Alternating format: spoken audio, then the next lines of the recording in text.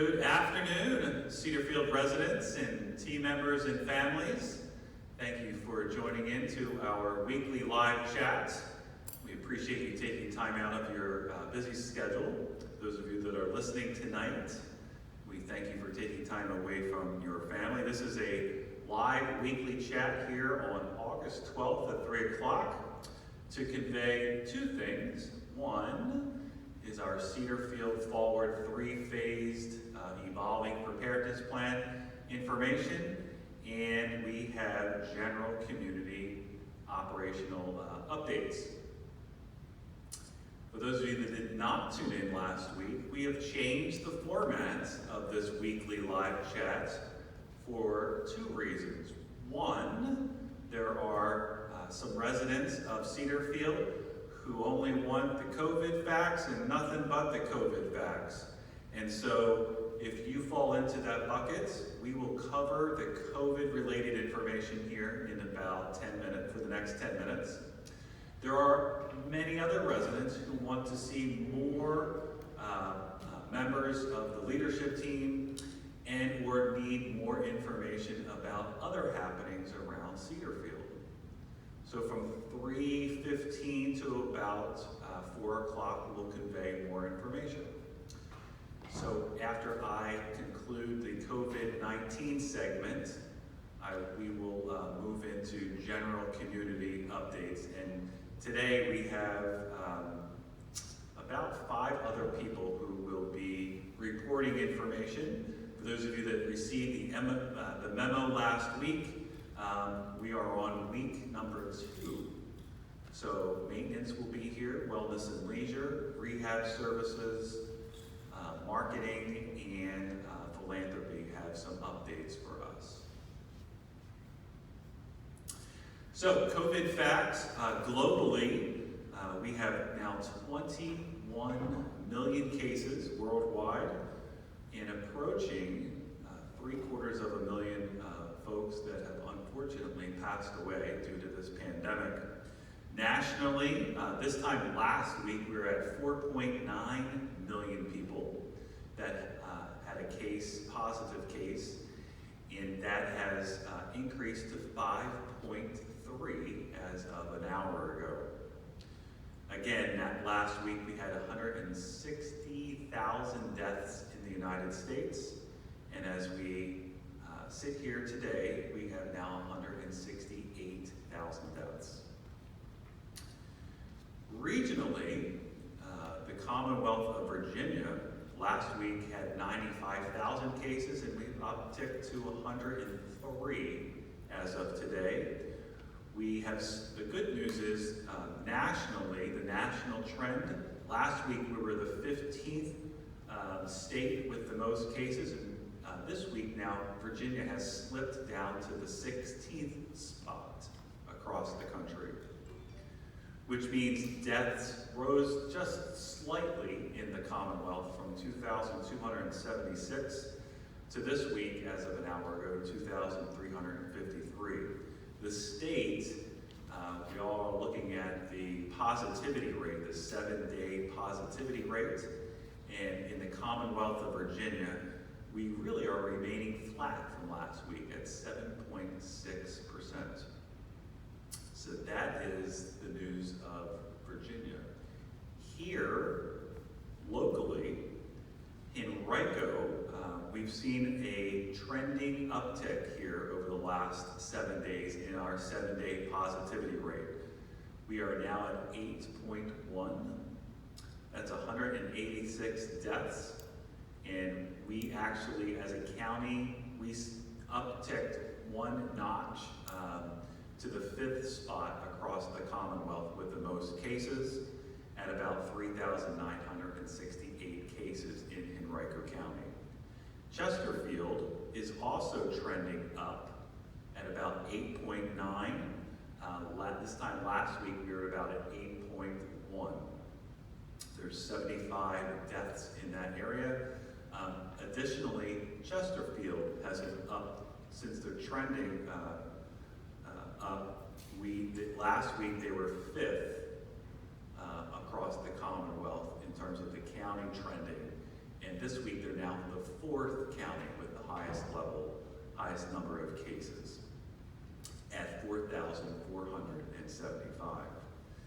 Richmond, the city of Richmond, is also trending up. We are at about an 8.7 and holding steady right now. That seems to be the trend from yesterday. So here at Cedarfield, this is our 24th week of our evolving preparedness plan.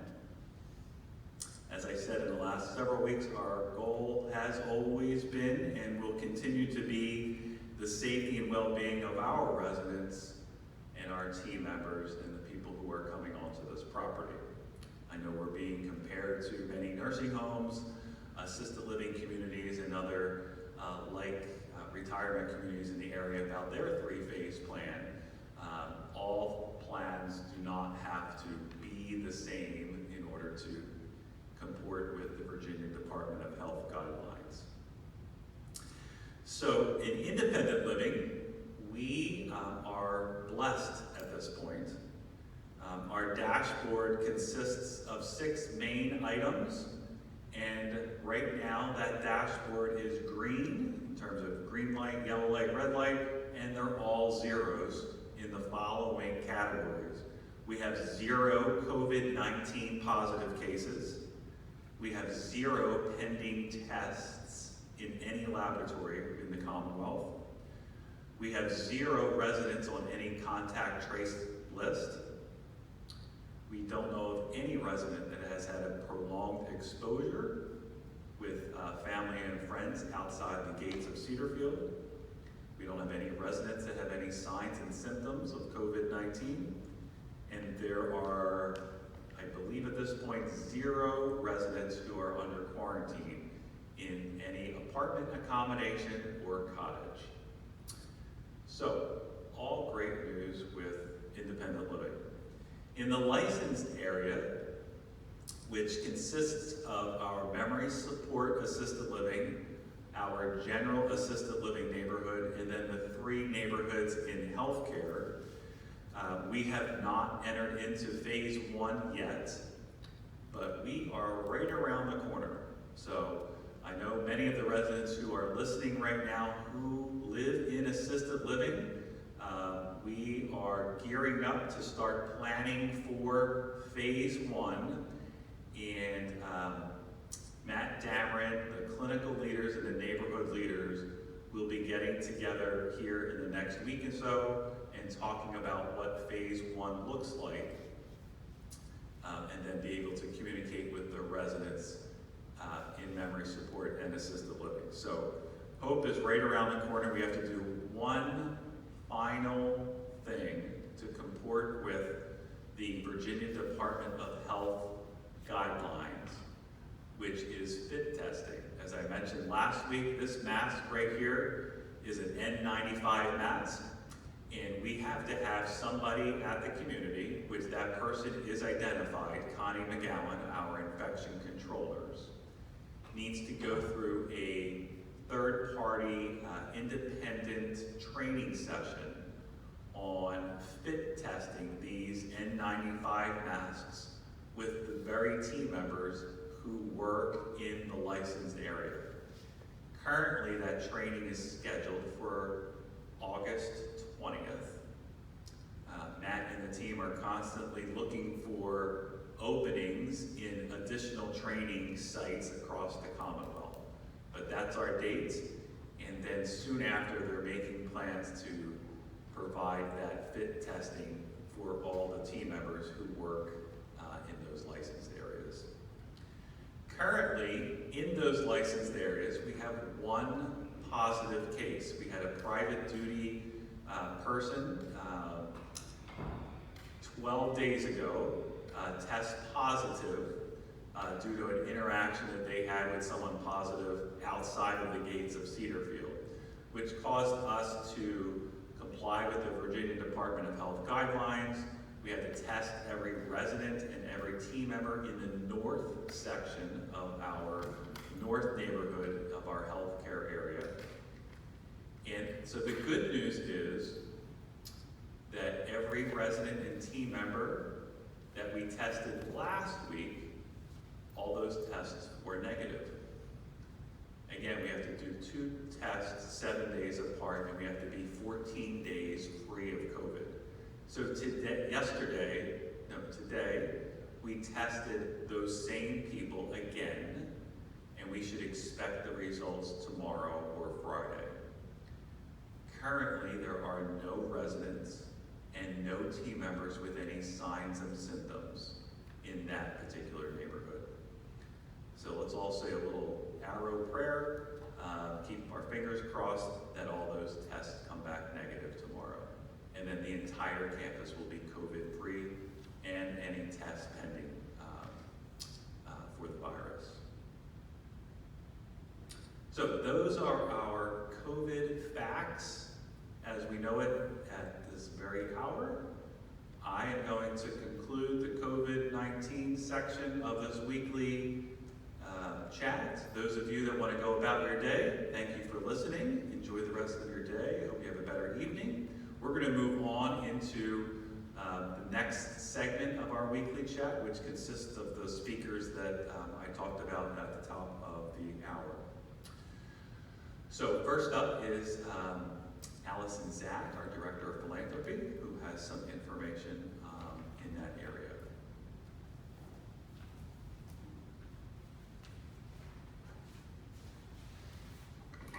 Thank you, Michael. It's a pleasure to be here. I'd like to start by reintroducing myself. I started this job in January and didn't have a lot of time together with all of you before things hit in March. But my name again is Allison Zach, and my title is Director of Philanthropy, which is a newly created position here at Cedarfield. And my job is to expand the philanthropic efforts on our campus, encouraging residents and their families to financially support through donations programs that benefit our residents. Both Michael and I are committed to offering a variety of different opportunities for our donors to support Cedarfield at a variety of different levels. This is all voluntary, and it's my job to match potential donors with the needs of the community and help them support our residents through various programs and funds that we have here. So back to March, everything was going great. I was starting to meet a lot of residents, learn the culture of Cedarfield when COVID hit. And we had to regroup a little bit on the philanthropy efforts here to accommodate the different needs of our business. So since March, I've been doing a lot of behind-the-scenes planning and getting ready for things that are going to be launching this fall. I've had an opportunity to meet as many residents as I could, mostly over the phone. But I've also had the pleasure of working with a lot of our resident council leaders who are partners in the various funds that we have here at Cedarfield. The Library Fund, the Art Fund, the Angel Fund, the Flower Fund, and the Campus Beautification Fund. Donations to all of these various funds are wonderful ways to support the work of our committees and to provide resources to them to do even more work on behalf of our residents.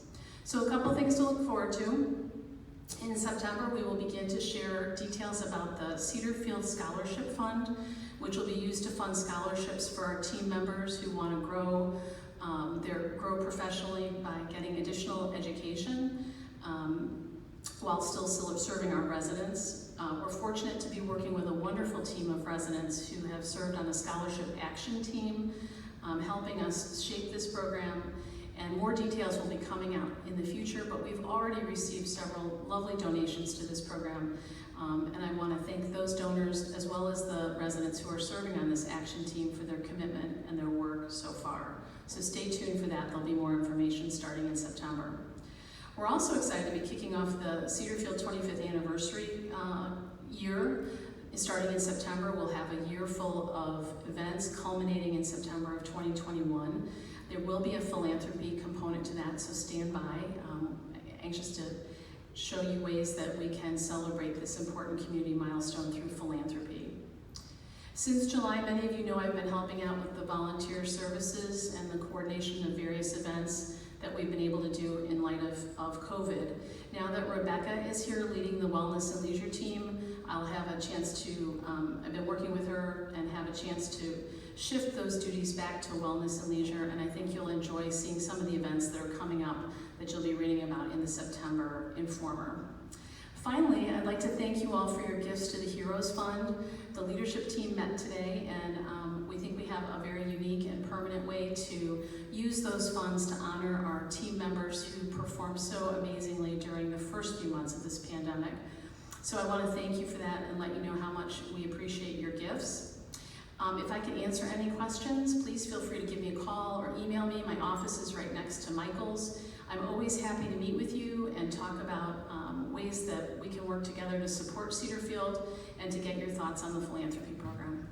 Thank you.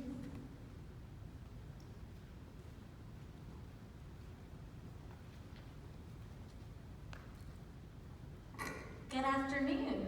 I'm Christy Walsh-Smith, and I am the Director of Sales and Marketing here at Cedarfield. And it's so good to be back up here and be able to give you all an update. I feel like it's been a very long time since you've heard from me. So I just want to say hello to all the residents, family members, and then everyone that I know that watches this religiously on Touchdown as well. So thanks for joining us. I want to share some information about occupancy. I know that's something that everyone always likes to hear about. And then I'm going to tell you a few things that have been coming up since I've addressed you last. So currently we have 292 occupied residences, 6 are in process, and 11 are reserved. So that's kind of where we are. As you all know, move-ins have begun on the 4th floor of the D wing, and we now have 2 residences occupied, and another one is moving in tomorrow. Over the next month, most of the 4th floor folks will be moved into D wing, and we're so excited about that.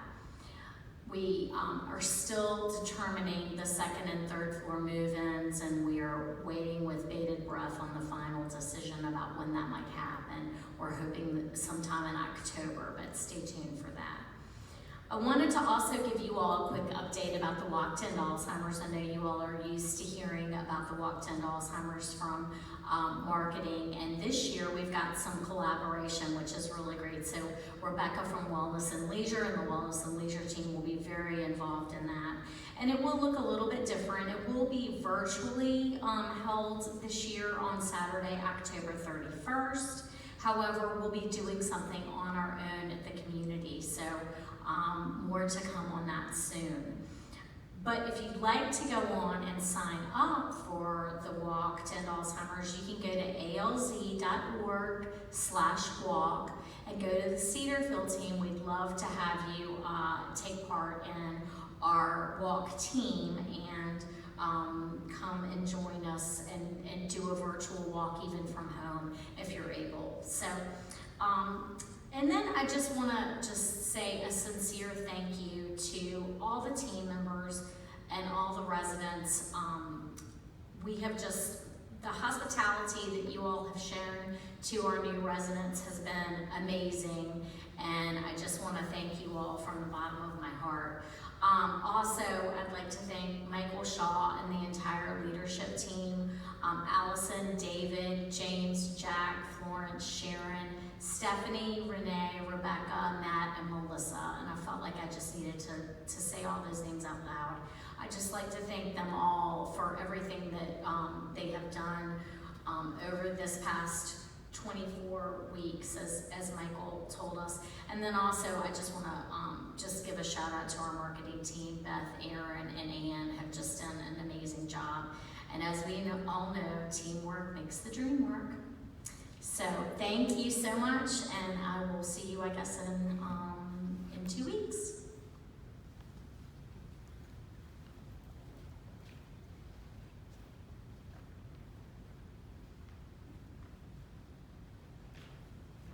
Hello, I'm Jack, the Assistant Director of Maintenance and Engineering. Wanted to share some information from maintenance, what our accomplishments have been since the first of the year. It's been a little tougher this year with the COVID, trying to separate and keep everybody safe and everything, but we're working really hard to get our PM programs back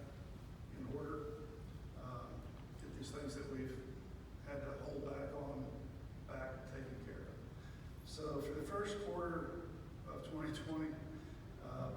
We had 2,150 new work orders, work requests come in, and completed 2,144.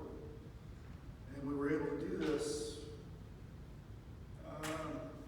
like 45%, almost 46% of those were same day, completions.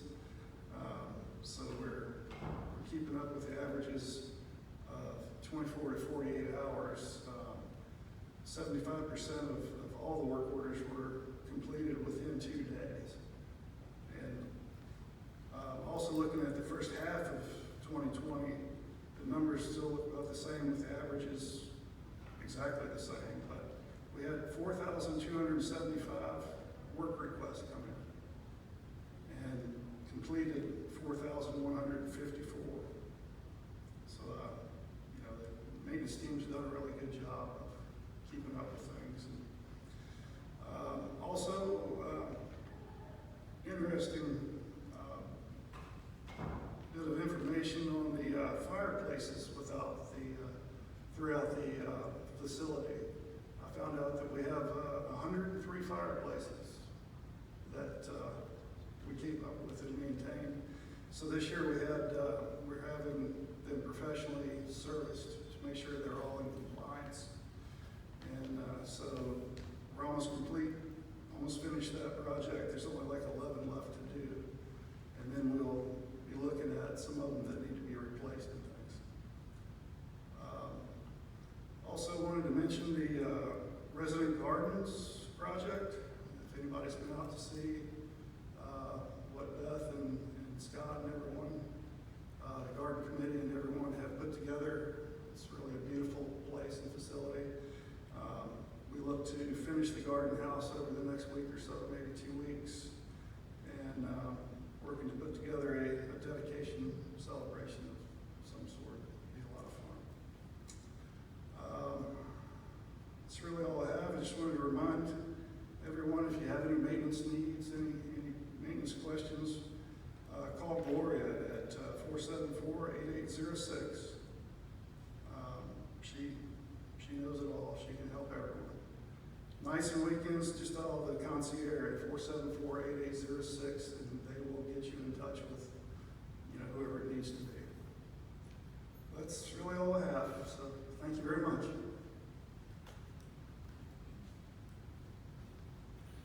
Thank you, Jay.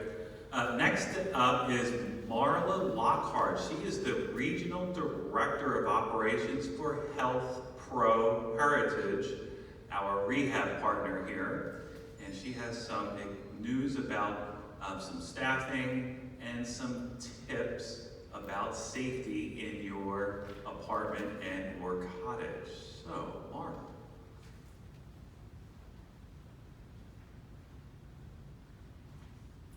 Thank you, Michael. I'm glad to be able to be here with everyone today. I have one interesting announcement to make for you all, and that would be that we have filled the rehab director position in the therapy department. Our new rehab director's name is Penny Eisenberg. She is an occupational therapist by training. She has over 20 years of experience as a therapist, and more than 10 of those are in management specifically of therapy programs. So Penny is coming to us with a lot of expertise in therapy program development and rehab team leadership. We are super excited to have her join us here at the Cedarfield team, and we hope that you'll have an opportunity to meet her and get to know her in the near future. Another announcement, just to make sure everyone is aware, that the rehab gym is open. We have put some additional safety precautions in place for you, and want to let you know what to expect should you need to have a therapy appointment. We are, of course, using personal protective equipment by all therapy staff. Anyone coming into the gym does need to wear a mask. We have those available for you if you should need one. We, of course, are cleaning equipment in between all of our appointments. We have separated out specific treatment areas in order to maintain social distancing guidelines. We're also working at staggering our schedules to allow a minimum number of people in our waiting area at any given time. And as you arrive in the therapy gym, you will also complete a COVID screen, which does include a temperature check. So hopefully you all are able to come and visit us, as needed. Just wanted to touch base on how important healthy living is and keeping yourself healthy during this time. Physical fitness and general well-being can decline rapidly during any periods of isolation or quarantine or just decreased activity. So just touching on that, the risk of falling over the age of 65 is about 33%. And falls are the leading cause of injury and injury-related death among older adults. But falls are preventable. So I just want to share a few tips with you to help prevent falls during this unusual time especially. The first is to keep moving. Make sure that you're getting some regular physical activity. Exercise strengthens your muscles, your heart, and your mind, as well as removing some hazards in your home. Check the paths that you walk most often. Make sure that they're clear of any obstacles, especially from your bedroom to your restroom. Make sure that you wear sensible shoes, proper fitting shoes, sturdy shoes, and ones that have non-skid soles. Make sure that your home is well lit. Place a lamp or a nightlight near your bed to assist if you're getting up in the middle of the night to make sure that you can see. Also keep flashlights in easy to find places in case that there's a power outage. And use of assistive devices is another important point and a way to prevent falls. Your physician or your physical therapist may recommend the use of a walker or a cane, for example, to improve your balance. Some other examples of adaptive equipment could be grab bars in your bathroom, a raised toilet seat, or a shower bench, for example. So our rehab team is available. We're here for you, and we would love to help decrease your risk of falls. So please contact us if you feel that you need anything, any of those areas. And I want to make sure I give you the right phone number too, so I brought this with me. And you can reach us at 215-0815. That is one of the direct lines to the therapy gym. So thank you all for your time, and I look forward to seeing you all again in person as soon as that's safe and possible.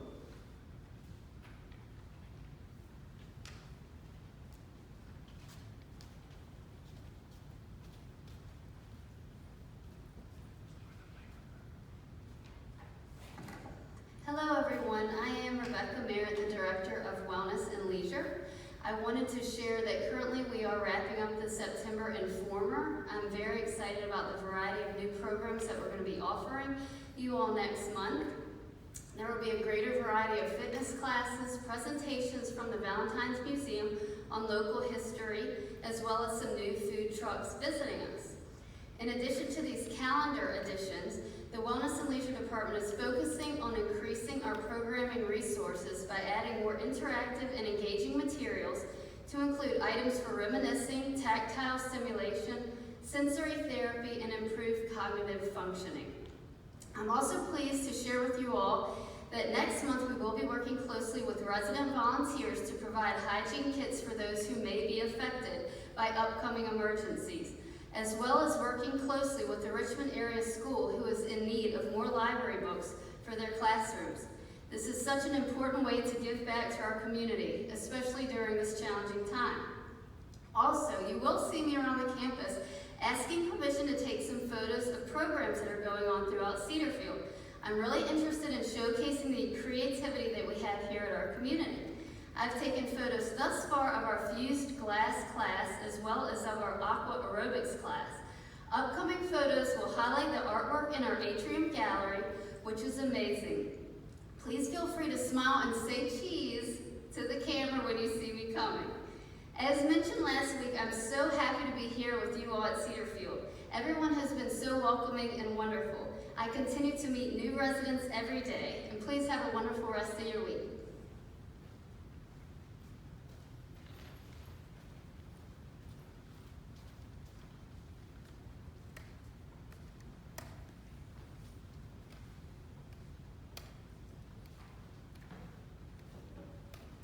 Couple other administrative updates, a little potpourri of items here. First, just a little weather alert. Received a notification from the Virginia Emergency Personnel Department about an hour ago.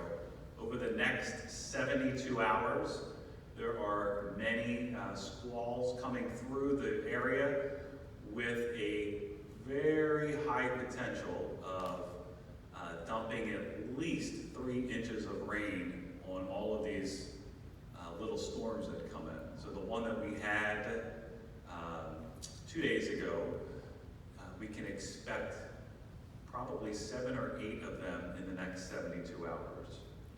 So if you are one that are trying to get out into the market beyond the gates of Cedarfield, please plan accordingly. These storms are very unpredictable, as was the one on Monday. So that's my little weather alert. The Wellness Building, on Monday and Tuesday, if you are a swimmer, we are modifying the ductwork in that pool area. Many of you that have been in that area might know that it's a little loud in the pool. We are installing a silencer, which is going to be located right above the men's room. So the pool will stay open on Monday and Tuesday. It may be a little loud in there due to the construction of this installation. But afterwards, come Wednesday, we should have a very peaceful setting in that area. So look forward to that. A little update about Pub 2300. Speaking of storms, our roofer that was helping us with 39 different flat roofs around this main building was over top of the pub, the Cedar Grill area on Monday. And one of those such storms came storming through the area right about the same time when they had that whole roof exposed, which was the reason why we had so much water infiltration in that pub area. So earlier in that morning, it did look like sunny skies, and the roofer did plan accordingly. But that storm it crept up on us really quick. The good news is we don't have a Rainforest Cafe any longer. So, and we don't intend to have one moving forward. The good news is the repair should be very quick. Most of the material up in that ceiling is steel. So currently we are drying out that area. It doesn't look like we're going to have to take down much drywall, which is good news. So the majority of this project, this rehab project, is spackling and sanding and painting. So let's say another all-arrow prayer here in the next couple of days that we get that space back together by probably the end of Friday, end of next week, Friday. Let's keep everything crossed. A little update about D-Wing. As Christy mentioned, we had a couple of residents transferred over to the 4th floor, and we're just delighted about that. Things do seem to be moving on schedule with opening the 2nd and the 3rd floor, again, as Christy mentioned, towards the middle of October. And we're also developing plans to rehab that 2nd floor area for those residents that are very familiar with the community. At one point in time, we had the exercise equipment right on that corner on the 2nd floor. From that stretch all the way down to the elevator, we do have intentions to beautify that space. We're currently trying to contact or solidify a contract with a local general contractor that will help us beautify that tunnel. The household project, we received an updated schedule from our general contractor, Howard Shockey, over the last week, and it does look like we are on a different schedule to attain that building in January. So more information in the next couple of weeks about that time frame.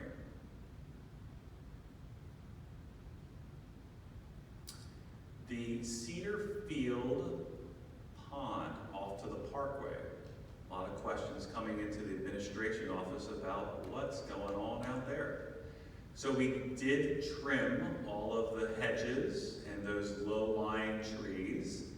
Again, as I mentioned last week, if you're walking around the community, not in these next 72 hours, we're going to get 3 inches of rain, 8 times.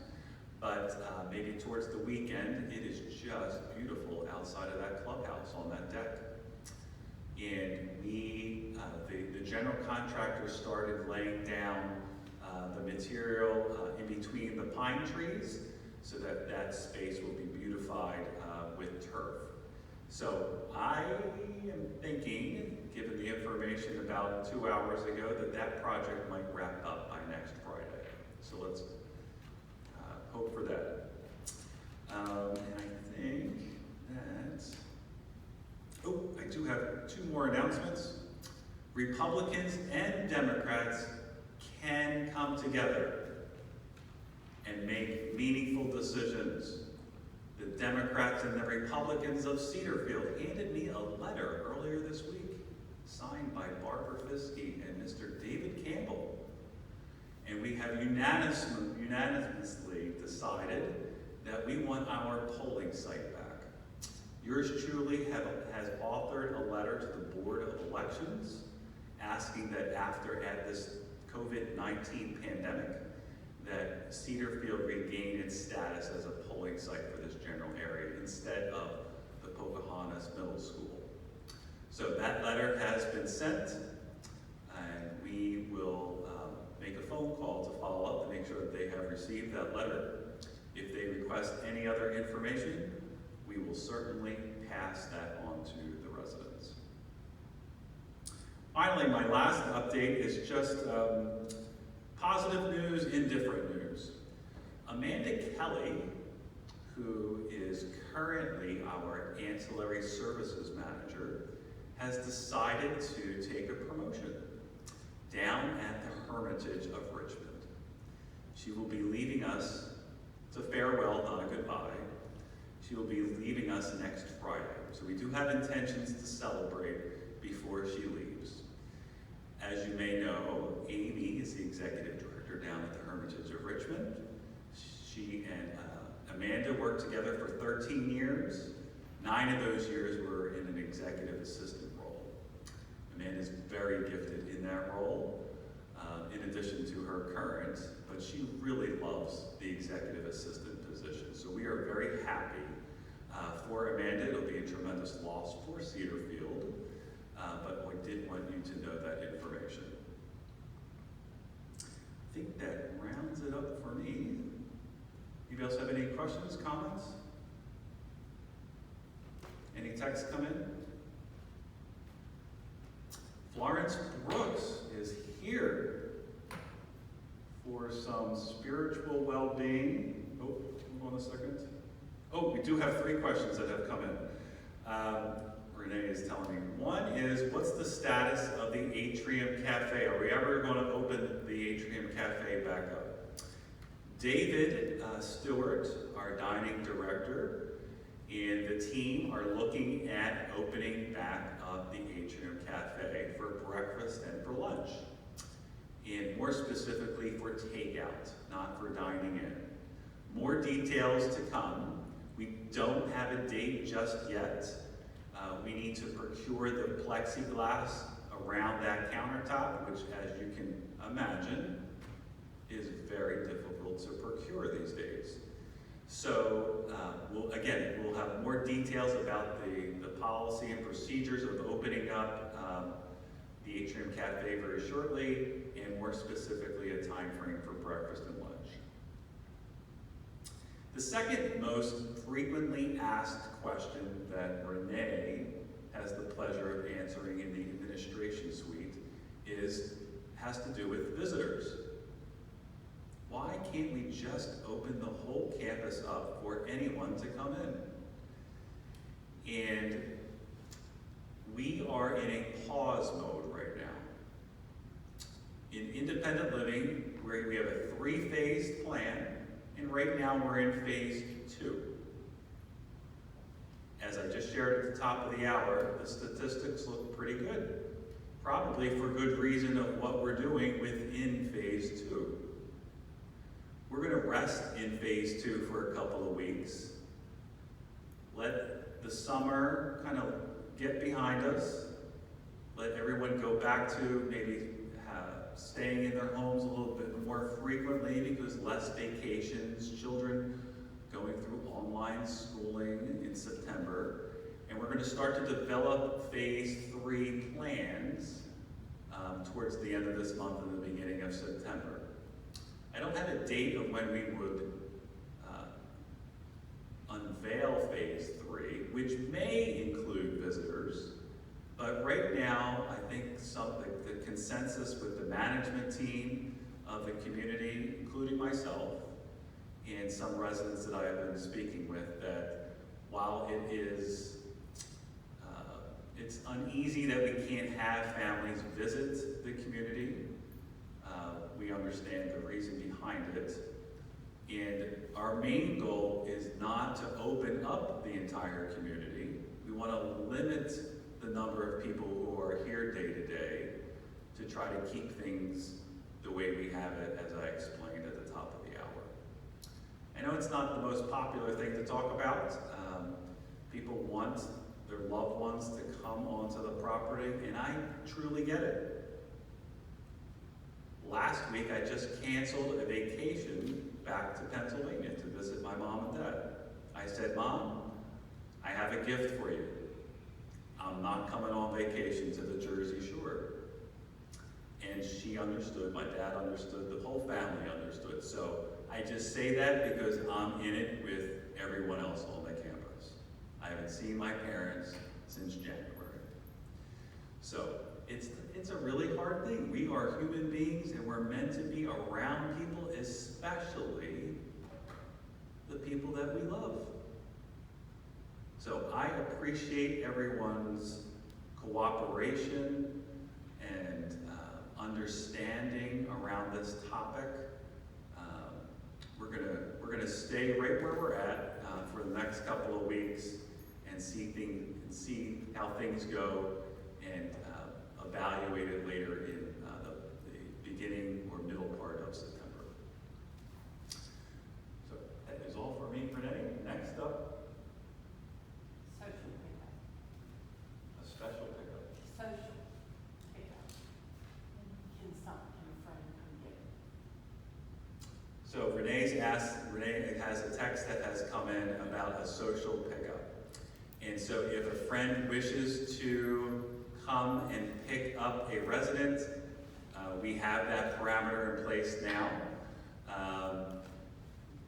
We just need to call the administration suite so that Renee can put the person's name on the list to be able to give that list to the gatehouse. So we still have that in place. Since we're talking about that, I would caution everyone, again, the goal is to limit the number of people on the campus.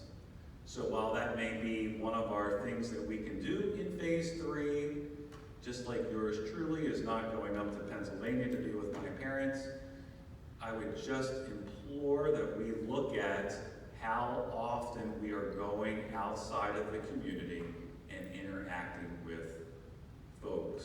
It's okay to do that, but let's cautiously review maybe how often we're going outside of the community.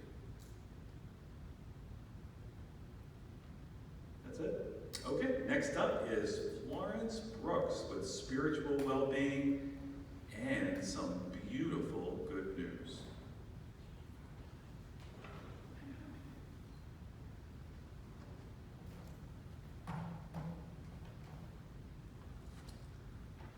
Good afternoon, Cedarfield. It's so good to be here with you on this soon-to-be rainy evening. I'm glad that you have tuned in. Some of you, many of you perhaps, have been missing going to your places of worship and being around those people who mean so much to you, who bless you. And so this afternoon, as we wrap up this broadcast, I would like to guide you through a blessing, a special blessing that's focused on the blessing of the body. And what I invite you to do is we're gonna move from the forehead to the ears, to the eyes, to the mouth, to the nose, the hands, the skin, and the heart. And I invite you, as we move through this blessing, to either touch or just hold your hand near that part of your body, that you might indeed receive this blessing for your body. We begin with the forehead. May you have keen insights and think clearly. May your thoughts be kind and wise. May you resolve anything in your mind that keeps you from being true to yourself. We move to the ears. May you listen to the inner voice of the beloved and act on the word of the divine. May you hear the melodies of your own goodness and treasure who you are. We move to the eyes. May you have inner vision to see more clearly the path that is yours. May you look upon others with love as you search for love yourself. We move to the mouth. May you speak with love, proclaim truth, and make your needs known. May you laugh at the absurdities of life and taste life with joy and enthusiasm. We move to the nose. As you take in air and let out air, may you be reminded of the cycle of life with its dying and rising, its emptying and filling. May you breathe in the aroma of goodness and breathe out what needs to be let go. We move to the hands.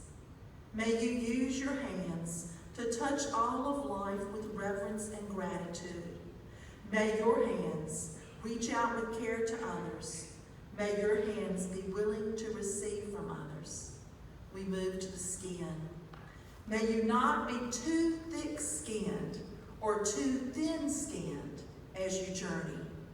May you reverence and protect the dignity of others, no matter what color of skin they have. We move to the heart. May you develop awareness of what sits deep within you. May you have a vibrant, compassionate heart, one that is filled with generosity and kindness. We conclude with the feet. As you travel through the many ups and downs of life, may all the places your feet take you lead you to greater transformation and inner freedom. May you develop an ever firmer foundation for your spiritual path. May the divine indeed embrace you in love this day and in all days to come. Bless you. This afternoon, for our good news, we want to take you outside. These are some photos that our horticulturalist Beth Burrell shared with us earlier this year. Just a reminder of what a beautiful place it is to live and be at Cedarfield.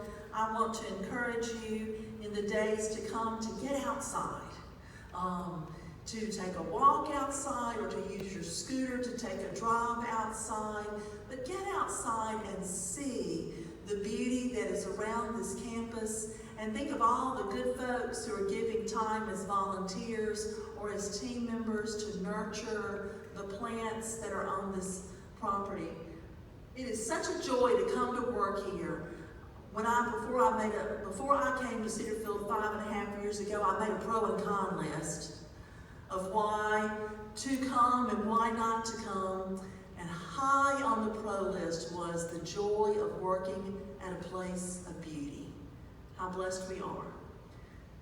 So, and thank you to Beth and her leadership and her team who continue to improve and expand upon the beauty of our grounds. We're hoping very soon to have a blessing of the garden beds that have been put in place, and we'll alert you to that as it comes closer. Thank you.